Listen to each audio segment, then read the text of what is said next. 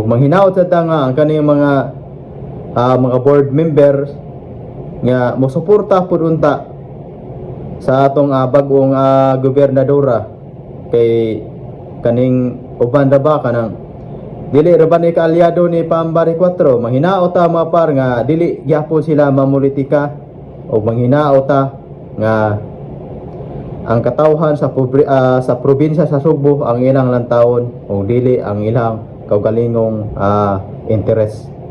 So mayong adlaw kanatong tanan mga par, ug welcome back sa ating channel.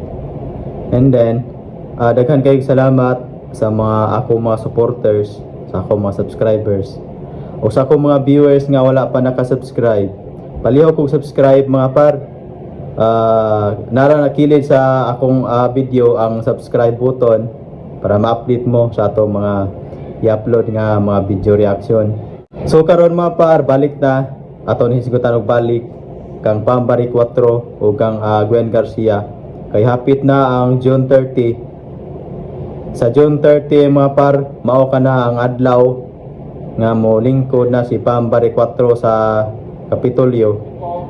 Og mausad ka na ang adlaw nga si Gwen Garcia manaog na sa Kapitolyo mga par.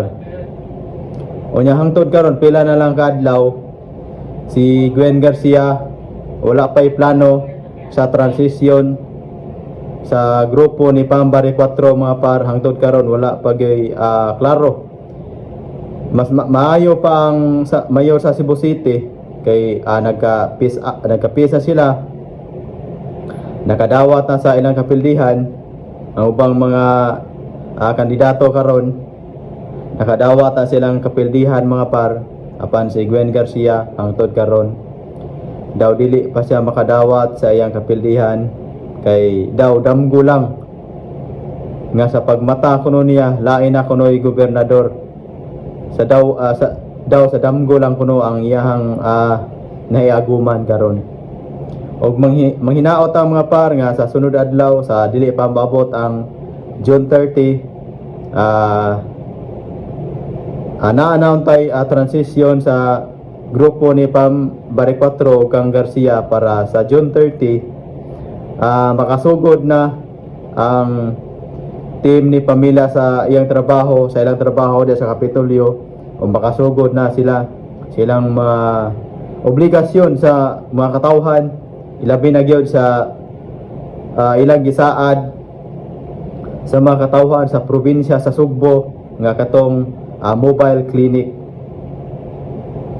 Daghan kayong nagpaabot ana mga par kana nga proyekto ni Pambari 4 o manghinaot ta nga si Gwen Garcia nga mosuporta na lamang sa mga plano ni Pambari 4 kay usaon man na nato nga kagustuhan man na sa mga katawhan sa probinsya sa Sugbo nga ilisa na gyud siya.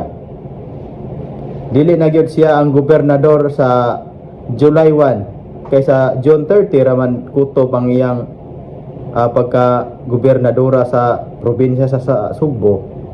Mahinaot ang mga par nga successful ang mga plano ni Pambari 4 sa mga kaigsuona nato sa probinsya sa Sugbo nga nanginahanglan gyud intanog tabang o ilabi na gyud sa atong mga health.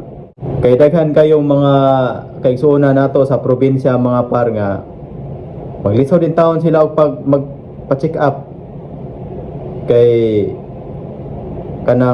kaning sa kalisod sa kwarta usa gyud na mga par ang kanang kwarta gyud mo nay hinungdan nga atong makiigsuonan sa probinsya sa Sugbo nga katong dahil gihambin nga pamalatian sa lawas nga magpanuko in taon og magpa-check up tungod kaning walay kwarta nga ikabayad sa pagpa-check up nya karon kay naa naman si Pambari 4 mahinaot ang daghan ang makabenepisyo niini mga par og manghinaot sa nga ang kaning mga board members nga mosuporta pud unta sa atong bag-ong gobernadora kay kaning uban ra ba kanang Dili ra ba ni kaalyado ni Pambari 4, manghinaot ta mga par nga dili gyapon sila mamulitika o manghinaot ta nga ang katawhan sa probinsya sa Subo ang ilang lantawon o dili ang ilang kaugalingong interes. So daghan kayong salamat mga parno. So manghinaot unta ta nga maoki na makadawat na si Gwen Garcia sa iyang kapildihan kay inana mo gyud na. Inana mo gyud ang politika sama sa usa ka sport. Dili man pwede nga duha mo daw usara man gyud. Unya kay ang mataw nitingog naman na may gipili ang mga tao. So ato na lang suportahan. So daghan kayong salamat mga par sa inyong pag-suporta sa akong channel. And then palihog kong subscribe mga par para ma-update mo sa atong mga i-upload nga mga video.